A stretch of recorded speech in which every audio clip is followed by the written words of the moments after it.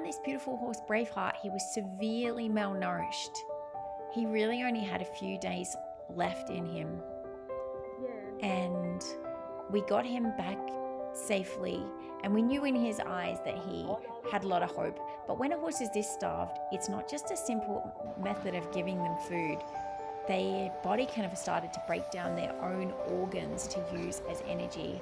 So you really only know in the following 2 weeks how much damage has been caused that may not be able to be reversed. So the first 2 weeks with a horse like Braveheart is absolutely critical.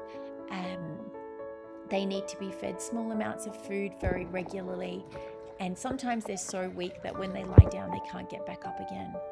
So you can see how wasted and emaciated Braveheart was from the back end. This is when he arrived and he met some of his friends through the fence. So he's still in quarantine, and we're working out how strong he is, whether he's strong enough to be with other horses.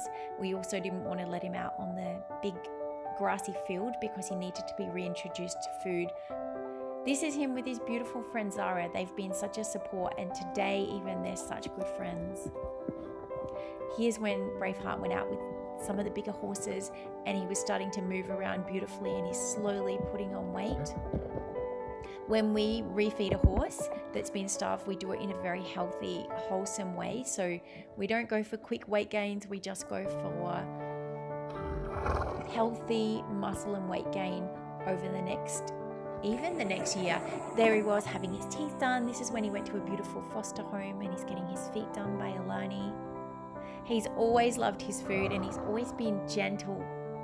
Yeah, he's been quite timid. There he is with his beautiful friend Zara, who was also neglected. She's a much older horse, so she would never put on weight like Braveheart has.